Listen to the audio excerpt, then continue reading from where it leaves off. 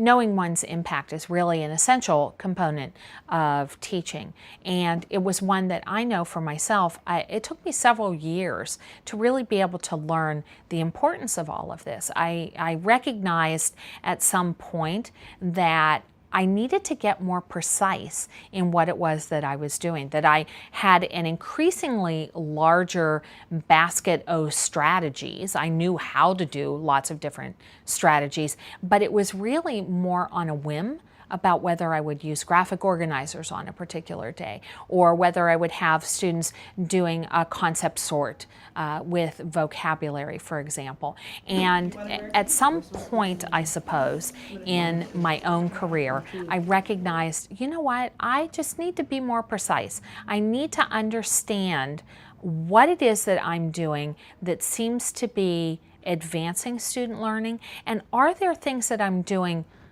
that require a lot of effort, but that aren't really resulting in a lot of changes in learning. And so, for example, knowing one's impact can be as simple as, at the beginning of a unit of study, administering a short pre-assessment about the major content that's going to be covered in that unit of study. And then at the end of the unit, re-administering a similar kind of assessment and comparing your results. One of the expectations of teachers who work with visible learning for literacy, is that you measure, monitor, and notice the impact that you have with students. You collect assessment information and you determine which students learned it and which students didn't learn it. It's no longer sufficient to say, I taught it. Now we say, did they learn it?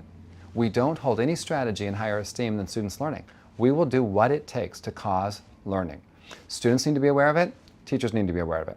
That means we're continually looking at assessment information, student work, performance, to say, did they actually learn what we were asking them to learn? If they don't know what they were supposed to learn, they probably are not going to learn it. So a starting place to think about impact is, first of all, did you know what they were supposed to learn?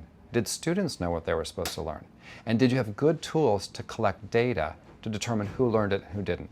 Then we like to sit with a group of colleagues, because collective teacher efficacy is powerful. We sit with a group of our colleagues and we say, hey, here are the kids we think learned it, here are those who didn't learn it. What are we going to do to reteach, to relearn, to re-examine the kids who didn't learn it? That's where we hold impact prime. We can say, I know students are learning. I know I'm calculating impact sizes. I know that students are actually mastering the content of this course. We should be measuring impact on a regular basis. How often is a hard question. So in some cases, the learning should have been completed in a week, so we should be looking at assessment in a week. Some are longer units. Sometimes we look at every day.